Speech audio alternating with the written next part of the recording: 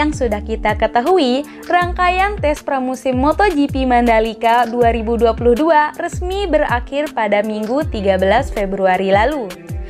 Selama 3 hari gelaran tes pramusim, sirkuit Mandalika yang terletak di Lombok Tengah, Nusa Tenggara Barat ini tak luput dari sorotan media asing.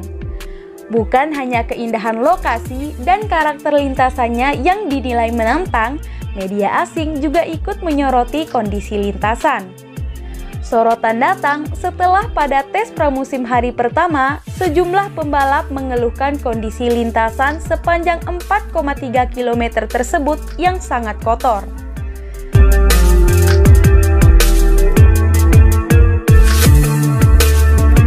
Debu dari pekerjaan konstruksi di area sirkuit hingga kondisi lintasan yang sedikit berlumpur menjadi nilai buruk bagi sirkuit Mandalika. Kondisi tersebut telah mengganggu jalannya tes, hingga tes pramusim terpaksa dihentikan sesuai red flag yang dikibarkan.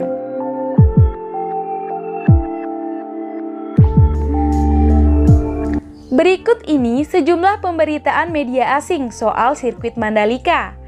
Yang pertama berasal dari The Race Journalist. The Race Simon Peterson menuliskan trek di sirkuit Mandalika tidak sesuai dengan spesifikasi. Pernyataan tersebut dituliskan setelah The Race berbicara dengan sumber MotoGP Paddock bahwa komposisi batu yang direkomendasikan konsultan tidak dipakai untuk lintasan sirkuit Mandalika. Lintasan sirkuit Mandalika justru menggunakan batu yang ditambang secara lokal. Akhirnya, jenis batu yang dipakai itu tidak dapat menempel dengan benar di aspal. Hal tersebut berakibat pada terhempasnya batu saat dilintasi motor berkecepatan 345 km per jam dan membahayakan pembalap yang berada di belakang. Situasi tersebut sangat berbeda saat sirkuit Mandalika menggelar seri terakhir kejuaraan dunia Superbike pada tahun 2021.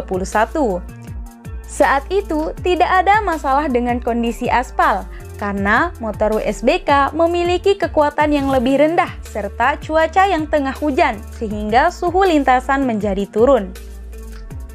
Menurut sumber The Race, satu-satunya solusi untuk mengatasi hal itu adalah melakukan pengaspalan ulang dari awal hingga akhir dengan menggunakan material yang benar. Namun, The Race menilai hal tersebut sulit diselesaikan tepat waktu lantaran MotoGP Indonesia di sirkuit Mandalika dimulai pada tanggal 18 sampai 20 Maret 2022.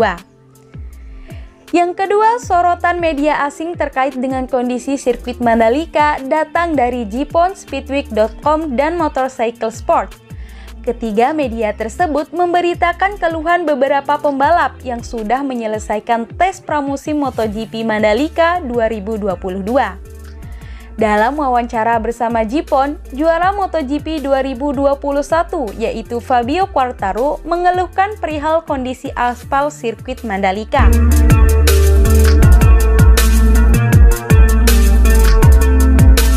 Kerikil-kerikil tersebut menurut Quartararo menghantam pelindung depan motor, kaca helm, bahkan ada yang mengenai lehernya.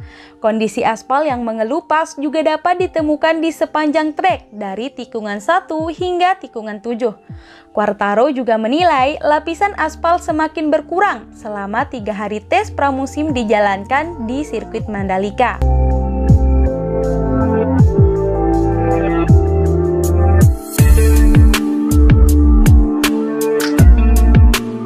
Sementara itu, Media Communication Mandalika Grand Prix Association atau MGPA, Gatot Widakdo menjelaskan bahwa aspal lintasan sirkuit Mandalika sebelumnya sudah dinilai oleh Dorna Sport. Dorna Sport selaku promotor MotoGP, menurut Gatot merasa puas dengan kondisi sirkuit Mandalika. Masalah utama di Mandalika adalah soal grip di lintasan yang dinilai kurang. Tetapi hal itu dapat diatasi dengan memakai lintasan secara reguler. Gatot melanjutkan, sampai hari tes terakhir tidak ada tim yang mengajukan protes resmi ke Dorna Sport terkait hal ini. Pernyataan Gatot tersebut didukung oleh pernyataan Direktur Utama MGPA, Priyandi Satria. Priyandi menyebut lintasan di sirkuit Mandalika tidak memerlukan perubahan apapun sesuai dengan arahan dari Dorna.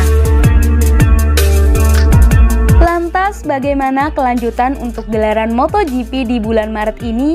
Akankah ditunda atau dilanjutkan? FIM, Dorna, dan ITDC sepakat untuk membenahi trek sirkuit Mandalika. Pelapisan ulang sirkuit Mandalika akan dilakukan mulai dari sebelum tikungan 17 sampai tikungan kelima. Pembenahan lintasan ini diharapkan supaya rampung sebelum 7 hari dimulainya balapan pada bulan Maret mendatang.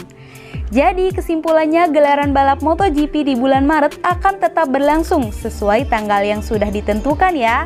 Dan semoga proses pembenahan sirkuit Mandalika ini bisa berjalan dengan lancar dan selesai tepat waktu. Sekian informasi di video kali ini, jangan lupa like videonya dan sampai jumpa di video berikutnya. Terima kasih.